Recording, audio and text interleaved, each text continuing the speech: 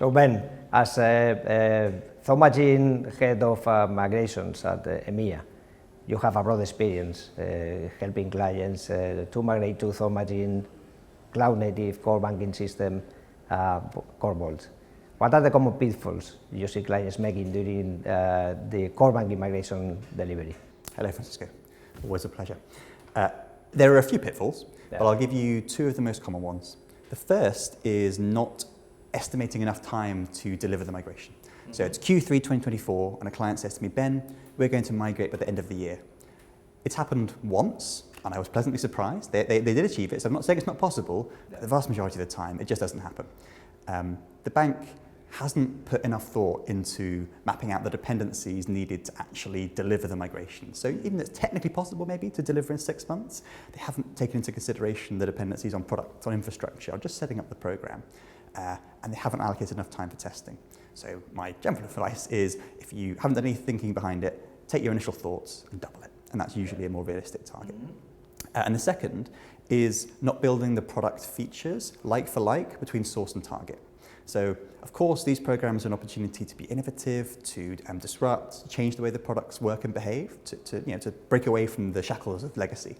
But that becomes problematic if you start drawing target from a blank sheet of paper in the context of migration, because if you start changing things like interest calculating on the end of day balance instead of the minimum balance in the day, well, what does that mean for the accounts that you're going to migrate that used to work in a different way? It becomes really problematic. And what clients need to do is they can make those changes to product behavior, but they need to do it by exception, intentionally understanding that every change they make has an impact on the difficulty and complexity of the migration that's going to have to follow shortly after. So there'd be my two common pitfalls if I had to pick. Yeah. And how do you recommend clients address the compatibility issues between old and new systems in a migration context? Compatibility, an interesting one. So compatibility can mean a few different things here. So on the simpler side, you have data compatibility. So data is going to differ between systems, right? Source and target, and that's a standard part of the ETL lifecycle. Data mapping is going to address that.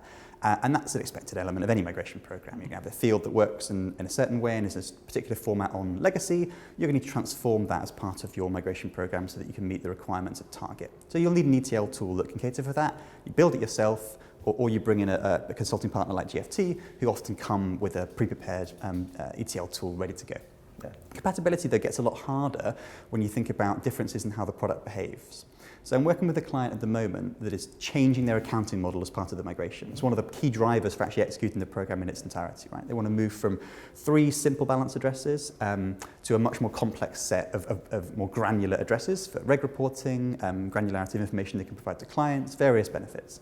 That's really hard for migration because we don't have access to the data necessarily in order to build those balances on target. They don't exist on source. They've broken one of my recommendations and pitfalls from the previous question, right? They are changing the product behavior. It's hard for me to say they shouldn't do that because that's one of the key business drivers and benefits of the program. Yeah. So in that context, it's okay to do that. We have to work through, do quite thorough analysis on every address. Can we find the data somewhere on source? Can we backwards calculate to get the same result, perhaps by doing some much more complex transformation rules? Can we migrate around key dates, maybe? Migrate at the end of a cycle to avoid the need to populate a particular balance at all? Do we have to actually change the product, maybe? And maybe it can't quite work in the way that they want it to, at least for migrated accounts. There's lots of options, but in short, compatibility, your ETL tool can do the simple stuff, and then you need a team of people who can come in and then do that more complex analysis over the top in addition. Yeah, that's exactly our view. At GFT, we're supporting our clients facing migration issues with 3 aspects: a solid methodology, an experienced team, and our GFT migration tool that you know well is totally aligned with Thomagene best practices. And finally, what is the key piece of advice that you would give a client facing these migration challenges? Key piece, and I'll be brief, think big, start small. These programs are complex. They're often not just a core banking transformation program. You're talking about a modernization of a whole tech stack. You might be swapping out customer systems. You might be launching a digital app. You might be launching new payments rail. It could be anything. These programs are huge. And if you try and design for and solve for that end state right at the beginning, you get yourself tied up in knots so quickly. Or you make bad decisions like, oh, I'll migrate the most complex product first, because if I can do that, I can do anything. Well, yeah, if. But often these programs then get tied up. They find that they've bitten off more than they can chew.